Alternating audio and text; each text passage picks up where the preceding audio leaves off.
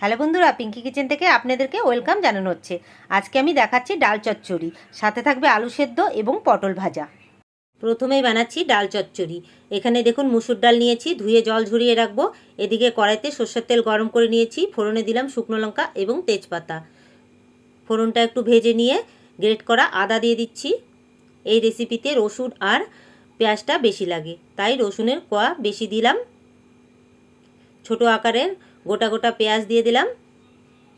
একটা টমেটো টুকরো করে কেটে দিলাম। চেরা কাঁচা লঙ্কা, যে যেমন ঝাল খান তেমন দেবেন। স্বাদ মতো নুন, আন্দাজ মতো হলুদ গুঁড়ো, আর ডাল যে ধুয়ে জল ঝরিয়ে রেখেছিলাম সেটাও দিয়ে দিচ্ছি।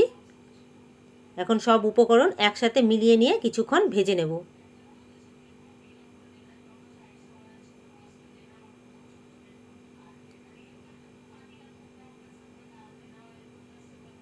ভাজা হয়ে গেলে সব উপকরণ আগে থেকে গরম জল করে রেখেছিলাম, গরম জল দিয়ে দেব। জলটা দেবার পর গ্যাসের আঁচটাকে হাই ফ্লেমে রাখবো। ফুটে উঠলে পরে একদম লো ফ্লেমে রাখবো 20 মিনিটের জন্য ঢাকা দিয়ে। 20 মিনিট পর ফিরে এলাম। দেখুন ডাল খুব ভালোভাবে সেদ্ধ হয়ে গেছে। সব শেষে ধনে পাতা এবং সামান্য একটু কাঁচা সর্ষের তেল দিয়ে মিলিয়ে নিয়ে ঢেকে দেব এবং গ্যাসটাকে অফ করে দেব। প্লিজ বন্ধুরা, এইভাবে একবার ডাল রান্না করে খেয়ে দেখুন।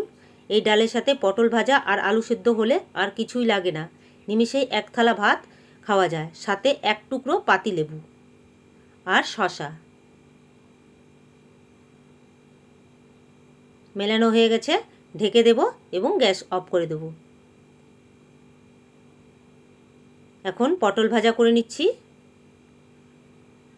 আর আলু সেদ্ধ করে নিয়েছি। আলু সেদ্ধ এখন মেখে নেব। আলুটাকে ম্যাশ করে নিয়েছি এবং দুটো শুকনো লঙ্কা পুড়িয়ে নিয়েছি, গুঁড়ো করে নেব। সাথে দিয়েছি পেঁয়াজ আর লঙ্কা ভেজে নিয়েছি, তেল সহ পেঁয়াজ লঙ্কা দিয়ে দিলাম। স্বাদ মতো নুন। এখন হাত দিয়ে খুব ভালোভাবে চটকে নেব। তৈরি হয়ে গেল আলু সেদ্ধ। এখন গরম গরম পরিবেশন করে দেবো। দেখুন গরম ধোয়াটা ভাত, এক টুকরো পাতিলেবু, ডাল চচ্চড়ি, আলু সেদ্ধ মাখা, পটল ভাজা, শশা।